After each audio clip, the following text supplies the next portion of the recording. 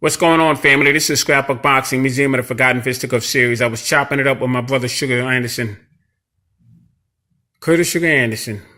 We had a good conversation, and we were talking about some of the greatest fighters in the 1980s.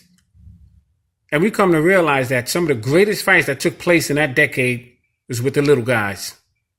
Because you had great fights with fighters such as Lupe Pinter versus Wilfredo Gomez, Salvador Sanchez, Danny Little Red Lopez, Bobby Chacon, Bazooka Limon, Ruben Olivares, and Lionel Rose, Pernell Sweet Pea Whitaker, and Jose Luis Ramirez, Alfonso Zamora, Carlos Zarate, Barry McGuigan, Stevie Cruz, Ray Boom Boom Mancini, and Art Frites. Although that was a one-round fight, but it was one of the best fights of that particular year. Salvador Sanchez and Wilfredo Gomez, Bobby Chacon and Bazooka Limon, Alexis Arguello and Aaron Pryor, Edwin Ochapo Rosario and Chavez, Mancini and Livingstone Bramble, Ruben Olivares and Carlos Zarate, Wilfredo Gomez and Carlos Zarate. I mean, we're just looking at some of the greatest fights that took place in that particular decade. But one name that kept coming up in that conversation was Rocky Lockridge. He was such an underrated fighter during that time. And Curtis said to me, he said, "Scrap, you know Rocky Lockridge died." I said, "Rocky Lockridge what?" He said, "Rocky Lockridge, he died." I said, "You kidding me?" He said, "No, I'm not kidding you." I said, "When did he die?" February 7th, 2019. How old was he? He was 60 years of age at the time of his death. I said, "Oh, come on, that's crazy." And we began to talk about some of the great fights he was involved in. I mean, he would defeat Barry Michaels in England.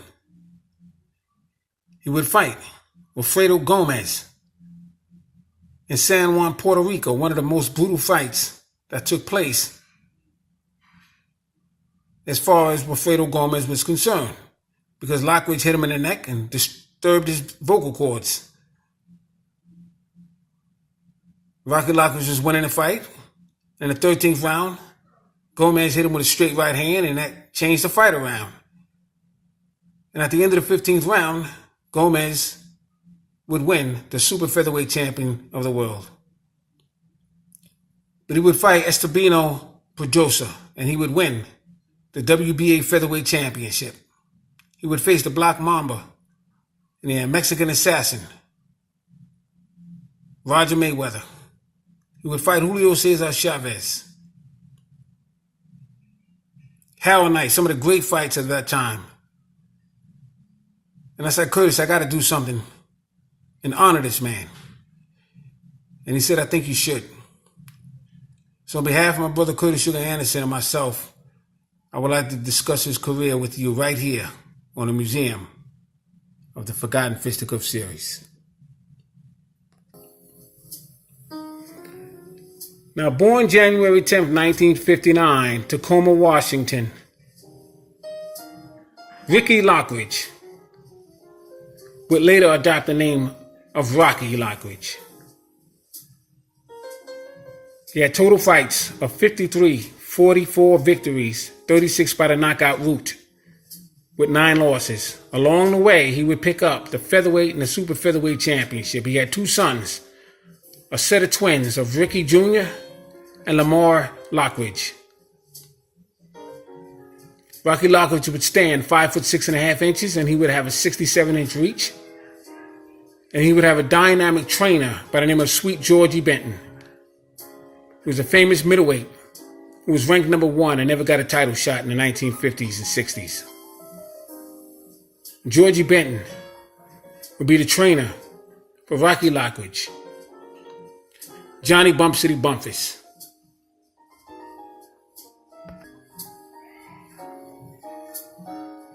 Bumpus would win the USBA Junior Welterweight Championship.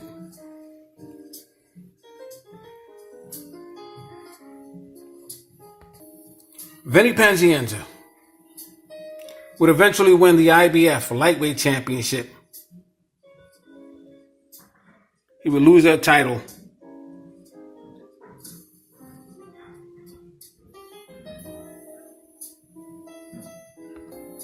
to Greg Haugen and 3 Dynamite fights.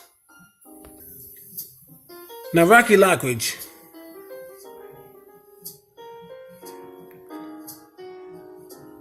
would fight in 1977 in the National AAU Bantamweight Championships. He KO'd David Douglas in the U.S. Army in the second round.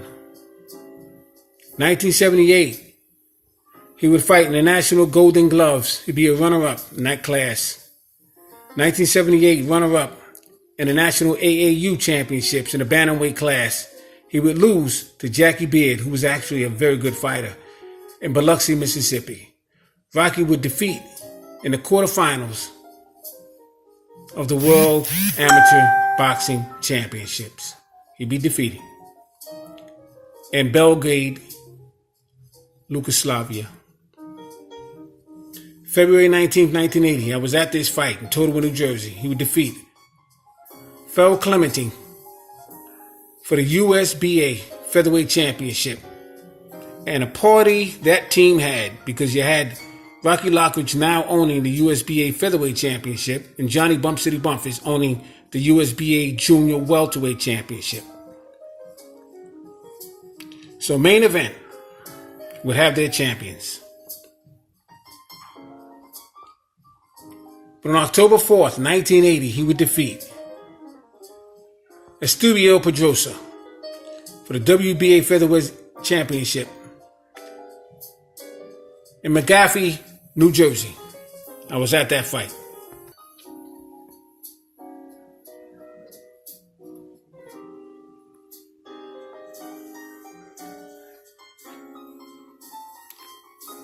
Pedrosa was in there with them all.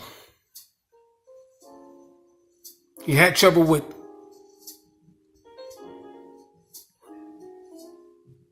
Juan Laporte, but he got himself together to get the victory. And he would lose his title, WBA Featherweight Championship title, to Rocky Lockridge. August 22nd, 1981, he would lose to Juan Laporte. Now, Juan Laporte was a fantastic fighter. He would win the WBC Featherweight Championship. He'd been in there with them all. Salvador Sanchez, Julio Cesar Chavez, Alfredo Gomez, Eusebio Pedrosa. He fought them all. Dynamic fighter from the Bronx, New York. Now, Rocky would lose his WBA Featherweight Championship to Eusebio Pedrosa, 15 rounds in Italy. And it was a sad moment for him. And I believe that was the point in time when he began to abuse drugs and alcohol.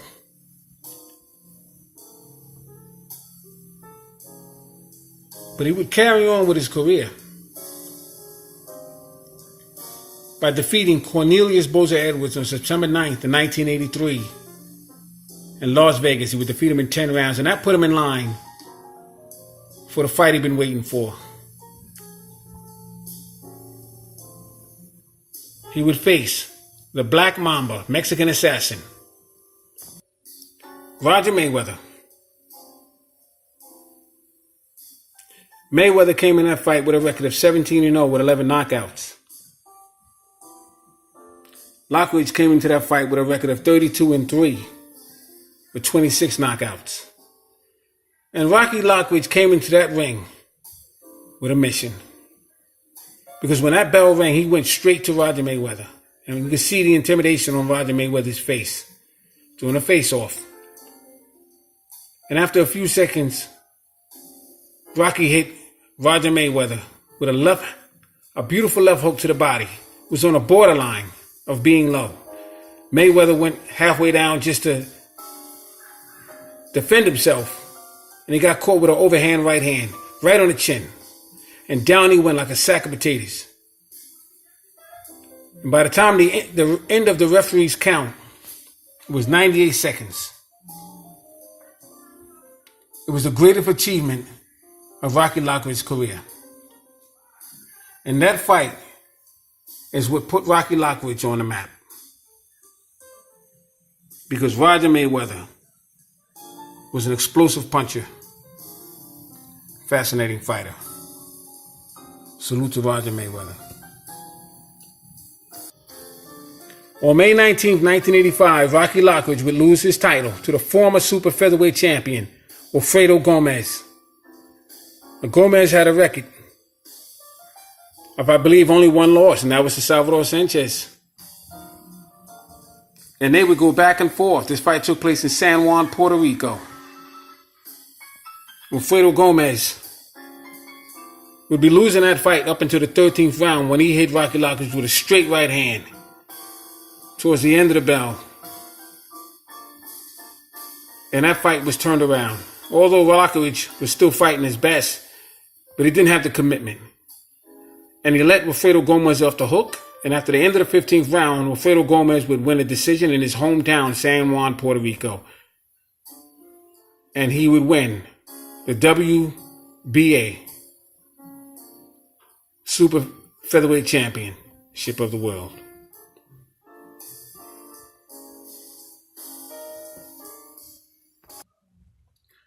On August 3rd, 1986, he would lose to Julio Cesar Chavez.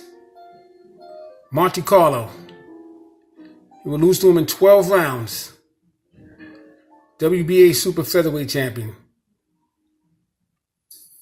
Chavez was a dynamite fighter who would fight some of the greatest fights of his time.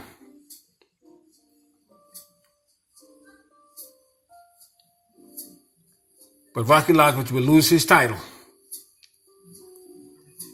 But he would defeat Barry Michaels in Windsor, England. Barry Michaels would lose to Rocky Lockridge. Now, after Rocky Lockridge would defeat Barry Michaels, he would earn the IBF strap, and he would defeat the number 2 ranked Howard Knight.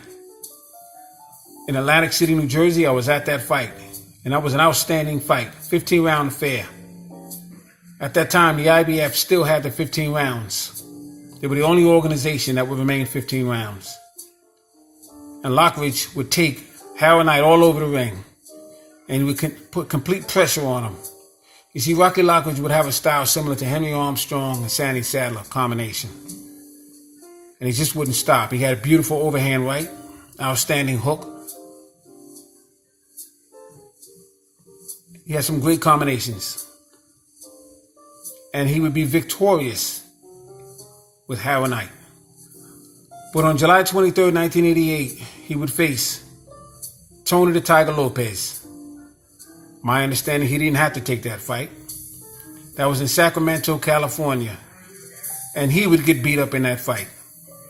You can see the toll that it was being taken on Rocky Lockridge. And he would get nailed after punch, after punch, after punch. And he would lose his championship to Tony the Tiger Lopez. And depression would begin to sit on Rocky Lockridge. He would ask for an immediate rematch. And he would lose once again to Tony the Tiger Lopez. Lopez was born February 24th, 1963 in Sacramento, California. He had a fighting record of 59 fights, 50 wins, 34 by the knockout route, 8 losses, with 1 draw. In 1992, Rocky Lockridge would lose to fighters such as Rafael Ruelas and Sean B. Mitchell. I was at that fight. That fight took place in East Rutherford, New Jersey. He lost in 10 rounds to Sean B. Mitchell. Rocky Lockridge would have issues with drugs and alcohol. And he had that problem for decades. He would eventually receive a stroke and was in need of a cane. But with his 2 outstanding sons that really cared for their father, Ricky Jr. and Lamar Lockridge, would on an A&E special called Intervention, would plead for their father to go into rehab, and he would oblige. He was on documentaries called The Best Cry Ever. And after 2.5 months, Rocky Lockridge would be in rehab.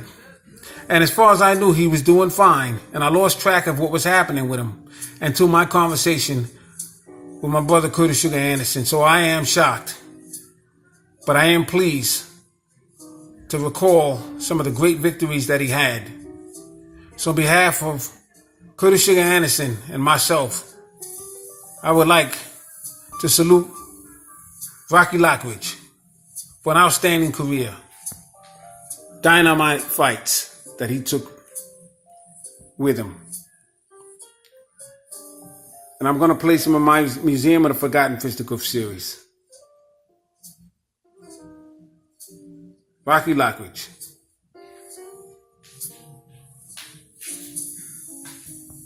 Outstanding fighter. Thanks for hanging in there with me. This is the Museum of the Forgotten Fisticuffs series, saying all great fights and all great fighters will never be forgotten on my channel.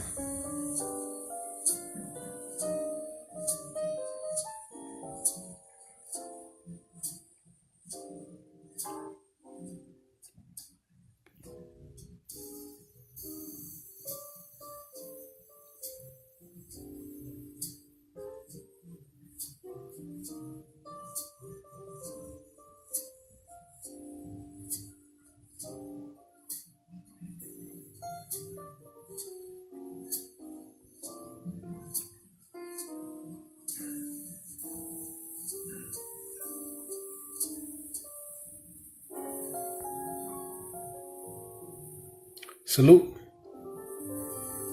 to Rocky Ricky Lockridge.